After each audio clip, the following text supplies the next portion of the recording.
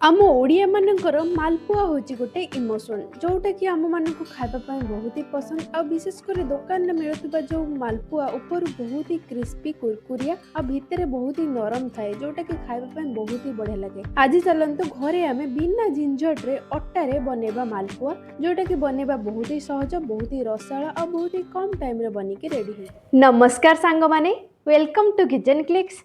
चलतु स्टार्ट करवा आज रेसिपी। तो से प्रथम गोटे ग्राइंडिंग जार नहीं जावा। ये ग्राइंडिंग जार रे ही आम सब प्रोसेस करवा जद्वारा कि आउ अधिक झंझट करने पड़ोनी।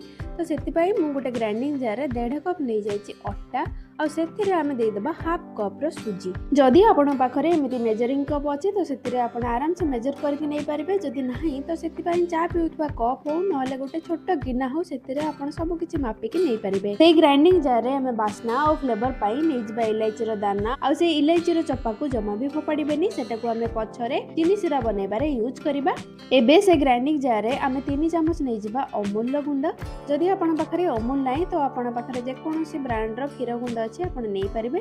जदि एमती टेबल स्पून नहीं ना तो आपण आराम से जो सिंपल स्पून हमर घरे यूज हुए से आपण मेजर करके नहीं पारे। आउ एथिरे मु 2 कप ऐड कर दोची आगरु फुटै की ठंडा करके रखिथिबा क्षीर दे साला परे एको आमे हल्का हल्का ग्राइंडिंग करके बढ़िया भाव में मिसई नबा। देखंतु एठी अट्टा क्षीर हमर बढ़िया भाव में मिसी जाइछि। जेहेतु एथिरे सुजी अछि तो आमे आको किछि समय रेस्ट करिया पई मध्ये छाड़ीबा। देखंतु एमति बढ़िया भाव में एटा जत मिसी जिवो ताको गोटे बाउल को बाहर करि नबा। आ ध्यान रखिबे आको अल्प अल्प ग्राइंडिंग करके ही नेबे जद्वारा कि एथिरे कोनोसी लम्स रहबनी। बाकी जति कि बैटर रहला सेथिरे मु अल्प आ क्षीर देके बढ़िया भाव में गोळेई के पुणी एथिरे ऐड कर देली। आ एको किछि समय घांटिला परे घोड़े के आमे आधा घंटा रु 45 मिनिट रेस्ट पई छाड़ी दबा जद्वारा कि एथिरे जो सुजी अछि ना से बढ़िया भाव में फुली जिवो। तापरे हम सेथिरे ऐड करि दबा half teaspoon baking soda आ गोटे टेबल स्पून पान मधुरी जद्वारा कि यार टेस्ट बहुत ही बढ़िया आसीबो। आ सोडा द्वारा हमर मालपुआ बढ़िया भाव में फुलीबो साइड रु क्रिस्पी रहबो आ भीतर नरम रहबो। एबे आको सब गोळे सल्ला परे घोड़े की आको रेस्ट करिया पई छाड़ी दबा।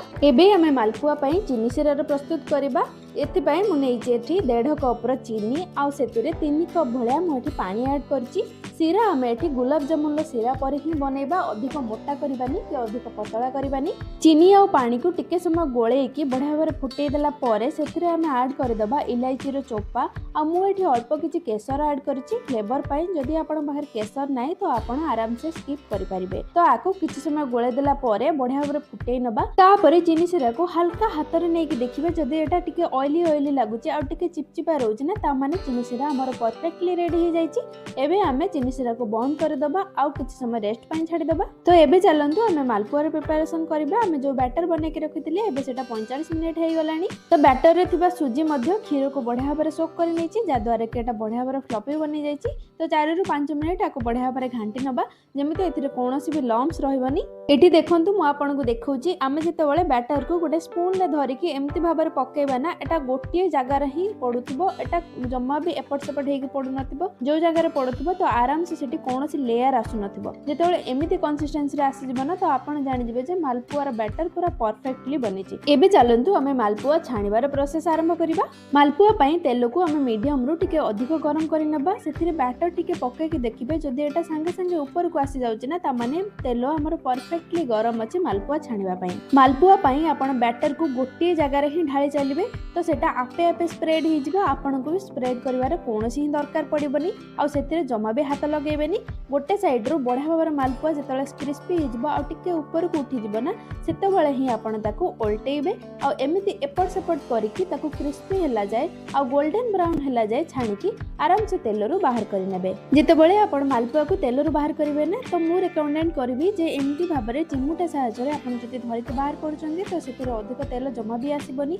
आराम से मालपुआ रो जेते भी एक्सेस ऑयल थिबो सब गुडी को बाहर जिवो। मालपुआ को संगे संगे हम गरम गरम ऑयल बाहर करके चीनी सिरा रे ऐड कर दबा। चीनी सिरा जदि टिके ठंडा हो जाइतिबो ना तो ताको आउ टिके फुटै नेबे। चीनी सिरा भी गरम थिबो मालपुआ भी गरम थिबो तो सेथिरे बढ़िया भाव में सोक हबो। आ चीनी सिरा पूरा मालपुआ रो भीतर पर्यंत जिवो। तो मालपुआ को चीनी सिरा रे पके कि 2 रु 3 मिनिट जाय टिके छाडी नेबे। तापरे याको चीनी सिरा रो बाहर करके गोटा प्लेट रे रखि नेबे। एमती भाव में आम सब मालपुआ गुड़ी को गोटे गोटे कर छाणी नबा। आउ ताको गोटे गोटे करके सेमती चीनी सिरा रे ऐड करबा। आ 2 रु 3 मिनिट पर ताको बाहर करके आम गोटे प्लेट रे रखि नबा। एटी गोटे भूल जमा भी करेंगे जितेबाला भी आप मालपुआ छाणुंट तो ताको प्लेट काढ़ी सारा जमा भी घोड़ेबेनी सब बेले खोलार ही रखिए जदि जालीदार किसी घोड़न अच्छे तो से आप घोड़े पारे जहाद्वारा कि मालपुआ आपंकर क्रिस्पी बहुत ही बढ़िया लगे जदि आप घोड़े देवे ना तो मालपुआ सब सगी हो जमा भी भल लगेनि तो यही जिनटा टिके निश्चित ध्यान देवे। एबे मालपुआ आमर पूरा रेडी हो गला तो आपण एमती भाव में घरे निश्चित बनातु आ घर लोक खाइबा दिंतु। जदि आप मोर चैनल में नुआ अच्छा तो मोर चैनल को निश्चित भाव में सब्सक्राइब करूँ लाइक करूँ आपण फैमिली मेंबर मान सहित शेयर करूँ आ मोर ये मालपुआर रेसिपी आपण मानक केमती लगे निश्चित कमेंट रे जणांतु। और जदि आपण घरे ट्राए करछन्ती ना तो मुझे आपण मानक स्टेप बाय स्टेप बतईची आपण सेमती भाव में बनातु देखिए प्रथम थर रे ही आपण मानकर मालपुआ पूरा परफेक्टली बनिबो। रहिली नमस्कार जय जगन्नाथ।